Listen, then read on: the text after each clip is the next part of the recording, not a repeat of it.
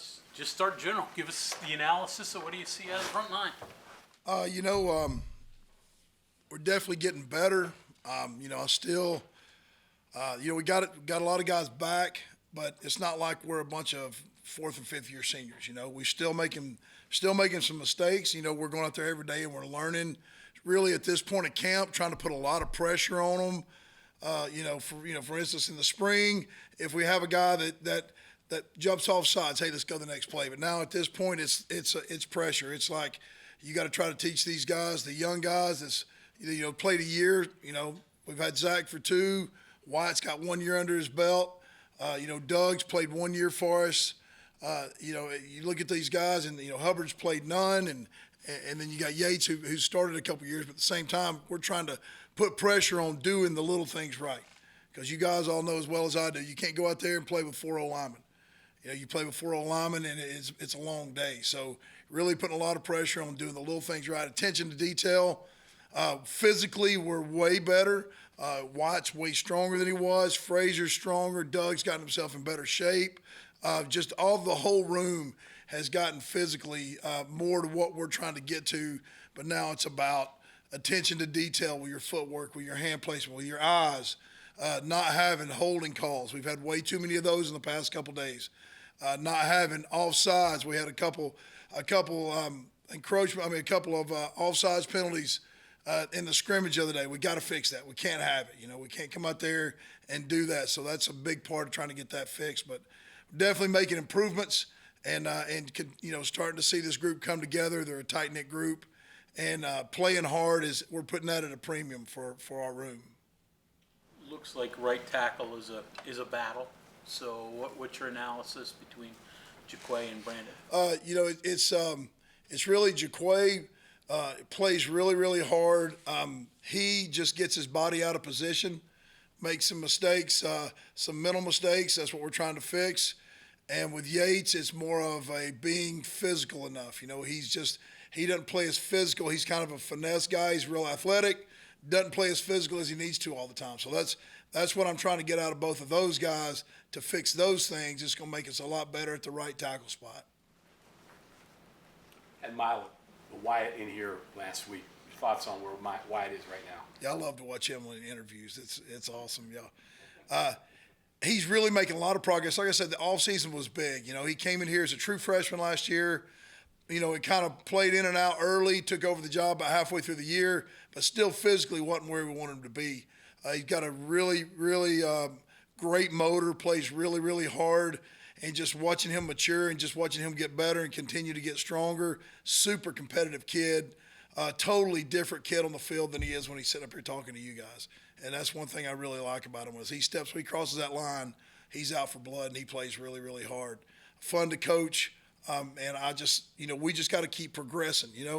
That's the thing with those guys that are good early. Hey man, it's not what you've been is not good enough. You got to keep pushing them and finding ways to fix things and finding things they got to fix and continuing to work hard. His best attribute, you think? Athleticism. Athleticism is definitely his. He can stay on his feet. Does a phenomenal job with his hands. Huge baseball background, so really good eye-hand coordination. Better at the left side because he's left-handed. He just feels more comfortable over there on the left side. So that's been really nice to move him over there and see him take to it the way he's done in this offseason and during spring and during the summer. You mentioned guys having early success. Zach Frazier has had a lot of early success. Where have you seen him grow last year? Frazier's really grown with, of course, he's a weight room junkie, strength. He's so much more athletic and faster than what people really give him credit for because he's really just looks like a mover, you know what I mean? Runs real well, but really his understanding and his getting us all, because the way he identifies things, it all starts with him. And he and I sit down and him seeing leverage of linebackers and safeties and, the tilt of D linemen and the way they line up. There's so many little things that he's starting to see so much faster. Last year he could see it on film, but this year he's doing a really good job of seeing it on the field and communicating with those other guys, because that's the thing is you got to see it, and if you just see it, it doesn't help you. You got to make sure everybody sees what you see. And that's the good thing about going against our defense is we do see so much movement that it gives us reps every day of seeing that stuff. So really, his knowledge of the attention to detail, little things of the game, is really taking him to a different level. And he's a guy you got to continue to push because as you're coaching that O-line, and that's the way it goes for every O-line. The best players get coached the least a lot of times because you got these other guys that are making mistakes, and so we really make it a point to hone in on him and make sure we're correcting mistakes that he's making too, and pushing him to get better at little things. Is he growing as a leader as well? Definitely growing as a leader. Had a big day today. We go out. We have a really awful beginning of practice, and I put it on him. I circled him up. I said, Zach, you got him. Get him ready to go, for the second half after break. And I just walked out, and I said, look, man, you got it, because we want a player-led team here, and everybody respects him, and he did a great job of stepping in that huddle and getting those guys ready to go. And we go out there on the field, and we go down and have a really nice opening drive, running the ball really well. So he's really growing as a leader. Matt, where are you in terms of depth? How many guys you think could play September 1? That's good. I've been playing Jay Watt's played a lot with the one group the past couple days, and that's kind of I've forced that to happen. I wanted that to happen, and he's done well. He's shown that he can get in there and play. So that's a 6 guy. You got Hubbard and Yates over there. You want both of those guys to really step up and keep battling to feel good about both of them. So that would be a 7th guy. And really, Tomas Remick has really done a good job. I put him at the starting spot in a couple drills the other day. He was out there today the whole time, starting at the starting guard, and did a really nice job at that spot. So that's 8 guys. I'm looking for 2 more. Malone's been really solid at the left guard, left tackle spot, so that's been good to see. So, really, and I've been working from a center standpoint. I'm trying to get it where I've got 4 guys that can work there. With a lot of our walkthrough stuff, I make Doug play center, I make Gamitter play center, I make Jay White play center. So, because there's so much about the cadence and about all that stuff, you throw a new guy in that hadn't worked at all, and you got everybody jumping off sides, you got all this movement. So I'm feeling like if I can get 8 that I know are really ready to play, where I can have 3 on each side, you know what I mean, a guy that can be swing both sides, and then have 2 centers, I'd feel really good about that. Jordan White, your Swiss Army knife. Well, it's he and Malone, really. Jordan can't go to tackle. Jordan can play all 3 inside spots. And Malone can play either guard or tackle, can't play center. I can't say he can't. I've never put him in there. He'd be upset if I said he couldn't. He didn't give me the chance, Coach. But, but he can play all 3 middle spots. So you have 2 really that are pretty versatile, give you more multiple player on one type deal? Yes, and Doug can really play. Doug's the guy that can play all 5. Okay. Doug can snap. He can play guard. He can play tackle. So he's really coming on. We've put him at the tackle spot a couple times at the right tackle, just because as O-line, you want to make sure, and as you never know what's going to happen, and so you got to make sure you got guys that can play multiple spots. So he's done a really nice job of being able to play all 5. I think maybe with Doug, maybe we're a little bit. You played with a broken arm for part of it kind of slow him down a little bit, maybe affect him a little bit more than we thought. Oh yeah, for sure it did. It was tough. It was tough for him not to be able to use his hand, and that's and credit to every defense we played. They did a great job in 3rd down of getting him one-on-one with an athletic guy, and he struggled. He gave up some sacks and stuff where he couldn't get his hands on people. But he never, Doug never used it as an excuse. He never said, "Oh, but my hand." That's the kind of kid he is. He just kept working, and once he got off, had a really good second half of the year, and has had a really good camp so far. Everybody talks on offensive linemen about size, strength, using the hands, eyes. Very seldom hear anybody talk about their feet, yet that has to be an important part of what being an offensive lineman. No doubt. You got your feet. Everything we do starts with feet. And when we start teaching day one, these young guys, I don't say anything about their upper body. You got to get their feet right. And we try to drill them on footwork so much that they can't get it wrong. It's got to be muscle memory where they're not thinking about it. So we do a lot of the same drills all season, all winter, all spring, all summer. They're working the same footwork over and over and over, and we work right-handed stances, left-handed stances. I try to make them feel good about being able to move around and do the footwork from everywhere. But, yes, you're right. Footwork is number one when it comes, whether it's pass pro or run game. You got to get the feet right. Matt, as Committer come back? Has Committer come back? He'll be back tomorrow. You had, usual suspects, 5, 6 guys that you knew were going to fall into those top 5 spots. You don't want him to miss time, but someone has to fill there. It sounds like you got more at Jordan, and it gave you an opportunity you might not have under ordinary circumstances. Kind of in an odd way, a bit of a positive for you from an evaluation standpoint. Yeah, no doubt. You're exactly right. It let me put, because I'm a competitive person by nature, right? So when we're out there going ones-on-ones, I'm gonna put the guys in there. I want to beat the defense. You know what I mean? We want to win.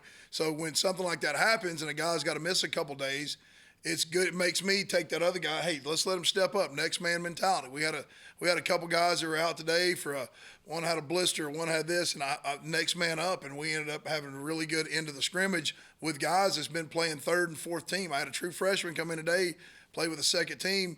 And Charlie did a great job. Katarinkik came in at right tackle, did a great job. We had 2 drives with the 2s, and he put together 2 really good drives and did a really nice job. So it's good to see these young guys, man. They're coming along over camp, and these freshmen that just got here, and they're starting to learn, and things are slowing down, and they're starting to feel like, hey, I can do this, because it's a lot of stuff to learn in that first 3 weeks of camp.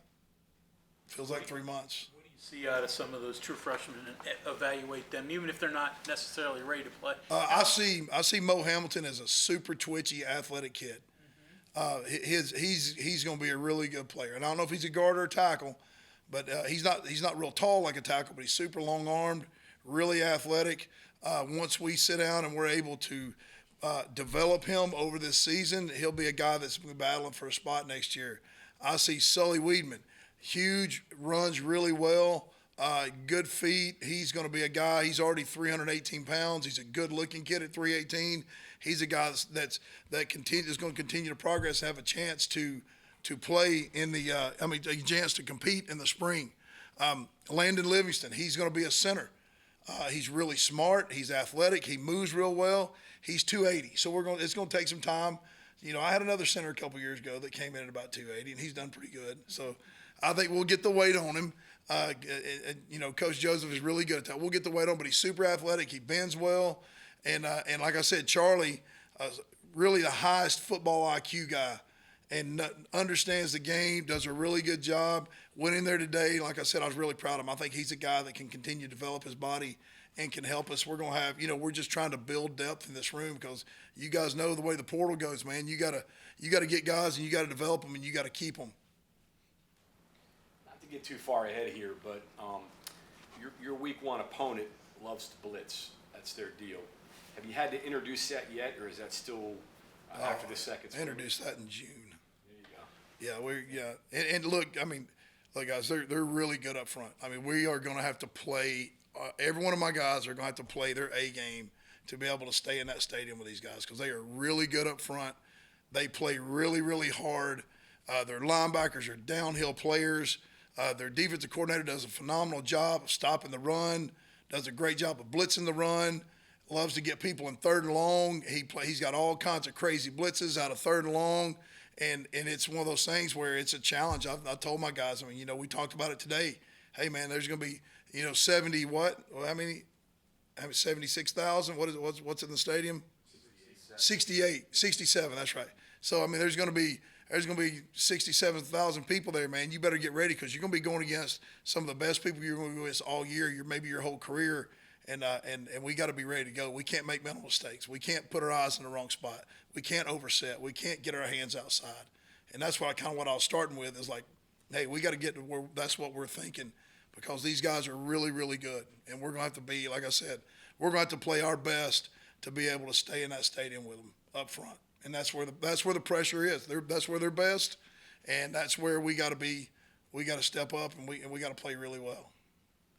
To follow up on that, they're arguably the best the defensive front that you may face all year. There's no argument. So I was wondering, week 1, what is it like to go against that type of unit, against maybe your toughest challenge all year in week 1 as opposed to midway? It's like pressure right now. Like a lot of times, you go play a 1AA first game. It's like, you want them to do what they're supposed to do. But now it's like every snap, it's on film. It's pressure of like, You can't go out there and go through a period and just think, hey, man, I'm just going to get through. You got to, in your mind, you got to think, hey, guys, this is the first drive, opening drive versus pit right here. That's the kind of what you got to have. You better have butterflies. You better have, and that's what you got to think about and try to put them in those situations of like, you're fixing to go against some really, really good people, and you better be ready to go because they are going to play hard. They're going to play fast, and they've been playing together for a while, and they're going to be really, really good. How much of an advantage is it to have, at least in that matchup in week 1, to have, your offensive line also at least have that year of playing together under the belt as opposed to. Yeah, for sure. Yeah. The communication and stuff, I feel good about. I feel really good about knowing what to do. Getting it done is what we got to do. You know what I mean? I feel really good about, in the years past here, I've been like, we got to make sure we're all on the same page and all that stuff. But I feel like we're on the same page. But we just got to go out and we got to perform. We got to play to the best of our ability, and we got to perform versus a quality opponent. As I told my guys today, I hope that's why you came here, because there's a lot of schools you could go to where the first game's not going to be a big deal, where nobody's going to write about you if you miss a sack. But I guarantee you give up a sack and third and long in this game, there's a lot of people that's going to remember you for a long time, and that's pressure. But that's what it's about. That's why they're here. Dylan Ray, we see him out there getting a lot of reps with twos even. Dylan Ray is really coming along for a young guy.